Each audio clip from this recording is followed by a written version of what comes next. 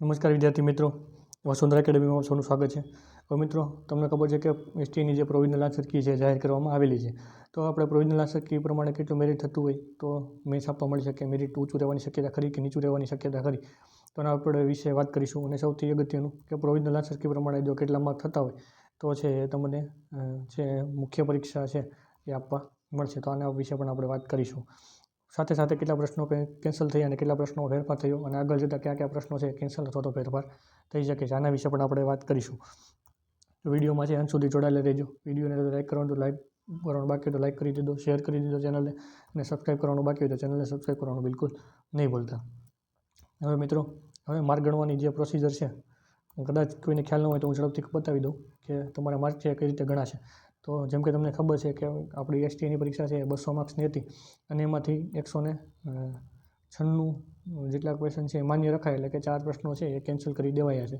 તો આ હિસાબથી 1.02 છે એ તમારે પ્લસ લેવાના થશે. હવે એટલા પ્રશ્નો તમારે સાચા થાય છે એના માટે 1.02 છે એ તમારે પ્લસ કરવાના થશે, અને જે પણ પ્રશ્નો છે એના માટે માઇનસ કરવાના થશે 0.306. આ રીતે તમારે મેક્સનું છે કાઉન્ટિંગ કરવાનું થશે. આની પહેલાં કેવું થતું હતું, કદાચ તમારે 110 સાચા હોય તો 110ના તમે સીધા 110 માર્ક્સ લઈ શકો, અને 20 ધારો કે ખોટા છે તો 20 ગુણ્યા 0.3 કરો એટલે તમને જે માઇનસ તમારો સ્કોર થવાનો એ મળી જતો. પણ અહીંયા થોડું કાઉન્ટિંગ છે અલગ છે.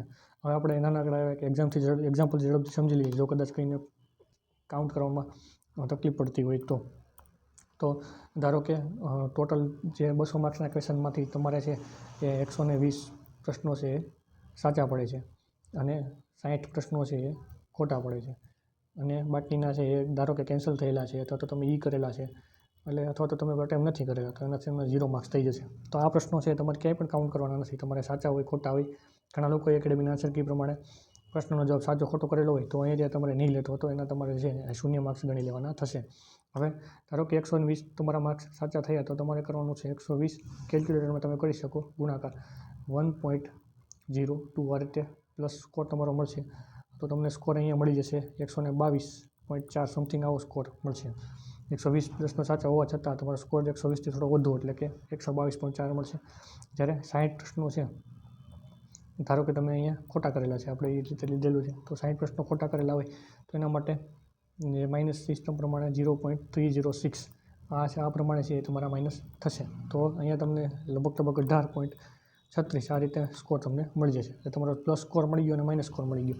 તો હવે 122માંથી 18.36 એટલા માઇનસ કરી દો તો તમને સમથિંગ મળશે 104.04. તો હવે આ તમારો જે છે ફાઇનલ સ્કોર છે 104.4.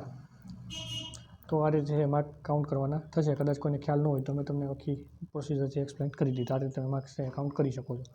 એના લીધે તમને છે ફાયદો એ થશે કે તમારો સ્કોર છે તમને પરફેક્ટ છે સ્કોર મળી જશે. પછી આગળ વાત કરીએ કે આ વિદ્યાર્થીઓની સૌથી વધુ ભૂલો થઈ. તો હવે જે પ્રશ્ન હતો સ્મૃતિવનવાળો, કદાચ એ હજી છે કેન્સલ થઈ શકે. આમાં એમ કારણ એનું મોટું એ છે કે એમાં અત્યારે એવું લાગે છે કે એકથી વધુ ઓપ્શન છે એ સાચા છે. પછી બીજી વસ્તુ કે સૌથી વધારે ભૂલ પડી હોય તો જૈન ધર્મવાળો જે ક્વેશ્ચન હતો, કદાચ ત્યાં ઘણા લોકોને ભૂલ પડી છે. કદાચ આન્સર કી પ્રમાણે અથવા તો એકેડેમીના આન્સર કી પ્રમાણે ઘણા સાચો કરેલો હોય તો એ મોટાભાગના લોકોને ખોટો છે. અહીંયા નોલેજ ઓછું હોવાનું કારણ નથી, પણ ક્યાંક ને ક્યાંક છે તમે બૌદ્ધ ધર્મ હતો, બૌદ્ધ ધર્મ સાથે છે એ બંનેનું સાથે કન્ફ્યુઝન થયું હોય તો આના લીધે પ્રશ્નનો જવાબ છે એ ખોટો પડી શકે. તો આ પ્રશ્ન એક છે. પછી એક પ્રશ્ન હતો હરિયાળી ક્રાંતિવાળા બધા પ્રશ્નોમાં મોટાભાગના લોકો છે એ વિપરીત જવાબ આપતા હતા. હવે આન્સર કીમાં પ્રશ્ન છે એ વ્યવસ્થિત આપી દીધો છે સ્ટેટમેન્ટ, કદાચ પહેલું સાચું અને બીજું ખોટું આ રીતે રાખેલું છે. અને સૌથી વધારે ભૂલ પડી હોય તો એ પ્રશ્ન હતો એક ધૂળના રજકણવાળો હતો. ધૂળના રજકણો છે એને આંધ્રગ્રાહી કહેવાનું છે, એનું કારણ શું હોય, આ કઈ પ્રશ્ન પૂછવામાં આવેલો હતો આ પ્રશ્નો. પછી એક રાષ્ટ્રપતિ શાસનને લઈને ક્વેશ્ચન પૂછવામાં આવેલો હતો, એ પણ કદાચ એમાં નાનો મોટો સુધારો મને જે થઈ શકે એવું લાગે છે, પણ અત્યારે આમાં છે એ એકદમ પ્રોવિઝનલ પ્રમાણે સાચો જવાબ આપવામાં આવેલો છે. હવે બીજી વસ્તુ, 4 પ્રશ્નો છે આપણે જોયું કે કેન્સલ કરી દીધા છે. એમાં સૌથી વધારે શરૂઆતનો એક કન્ફ્યુઝનવાળો હતો, કવચવાળો ક્વેશ્ચન હતો. તો કવચવાળા ક્વેશ્ચનમાં તમને ખબર હોય તો RSDO દ્વારા નિર્માણ કરવામાં આવેલું છે. પછી એક બાગાયતવાળો ક્વેશ્ચન હતો, એટલે કે અહીંયા એક ક્વેશ્ચનમાં જ ભૂલ હતી. પછી બાગાયતવાળો ક્વેશ્ચન છે એક ટાઈમ ઝોનને લઈને, એટલે કે જીએમટીવાળો જે ક્વેશ્ચન હતો એને પણ છે એ કેન્સલ કરી દેવામાં આવેલો છે. તો આ પ્રશ્નો છે એને કેન્સલ કરવામાં આવેલા છે. હવે પ્રશ્નો જો કેન્સલ થયા અથવા તો એમાં ફેરફાર થયો એના લીધે કંઈ મેરિટમાં નાનો મોટો ફેરફાર થઈ શકે. તો મોટાભાગના લોકોને જો પ્રશ્ન ખોટા પડતા હોય તો નાનું મોટું ફેરફાર થઈ શકે. અત્યારે જે આપણે મેરિટ વિડીયો બનાવેલો, જે આની પહેલાં જે મેરિટ વિડીયો અમને બનાવેલો, હવે આગળના પ્રશ્નો કોઈ કેન્સલ થઈ શકે કે કેમ, તો આની અપડેટ છે હું તમને ટેલિગ્રામમાં આપી દઈશું. ટેલિગ્રામ ચેનલ છે એ જોઈન કરી લેજો. આપણા જે ગ્રુપ છે એમાંથી કોઈ પણ ગ્રુપમાં જોડાઈ લેજો. તો ટેલિગ્રામમાં અથવા તો જો વધારે પ્રશ્નો એવા હશે તો તમે વિડીયોના મારફતે આપણે તમને જણાવી દઈશું, પણ વિથ પ્રૂફ છે એ જણાવશું. અને પ્રવિધ્ય પ્રમાણે મેરિટમાં શું ફેરફાર થઈ શકે એના વિશે પણ વાત કરીશું. અને સાથોસાથ હવે આપણી પાસે વિદ્યાર્થીઓ છે, ઘણા વિદ્યાર્થીઓના ડેટા છે, તો ડેટાના આધારે છે એ મેરિટ પ્રિડિક્ટ કરવું છે થોડું સહેલું બની જાય. તો એના વિશે પણ વાત કરીશું.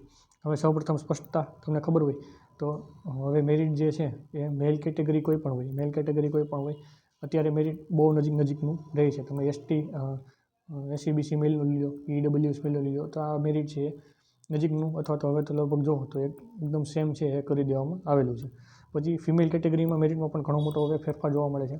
ફિમેલ કેટેગરી જે છે, ધારો કે GPSCમાં જો તમે જોયું હોય તો 168નું જે મેલ કેટેગરીનું મેરિટ હતું, તો ફિમેલ કેટેગરીનું 162-63 આવું કંઈક હતું, 162-63. એટલે બહુ મોટો ફેરફાર છે એ 400 માર્કનું પ્રશ્નપત્ર હોવા છતાં ઘણો આપણે મેલ અને ફિમેલ કેટેગરી વચ્ચે છે એ તફાવત છે એ ઓછો જોવા મળેલો છે.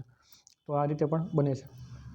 તો એ પ્રમાણે જો મેરિટ તમને કાઉન્ટ કરીને કહું તો તમારે જે લોકોને કોઈ પણ કેટેગરી હોય એની અંદર 100 માર્ક્સ પ્લસ થતા હોય, આ છે એકદમ સેફ સ્કોર્સ ગણી શકાય. અહીંયા તો તમારે મેથ્સની તૈયારી શરૂ કરી દેવી જોઈએ.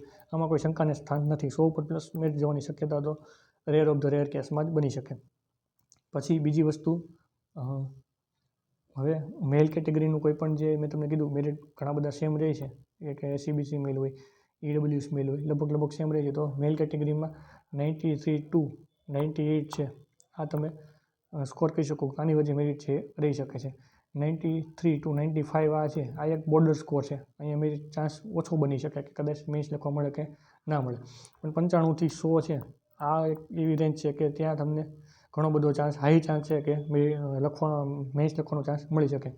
કારણ કે જગ્યાના લીધે અહીંયા લગભગ જે 6000 કે 6000થી થોડા વધુ પણ લોકોને અહીંયા મેન્સમાં બોલાવી શકે છે. તો આના આધારે મેરિટ આપણે કહીએ છીએ કે ડીવાયએસઓનું મેરિટ હતું 106 હતું. ડીવાયએસઓનું તમે મેરિટ જુઓ તો 106 હતું.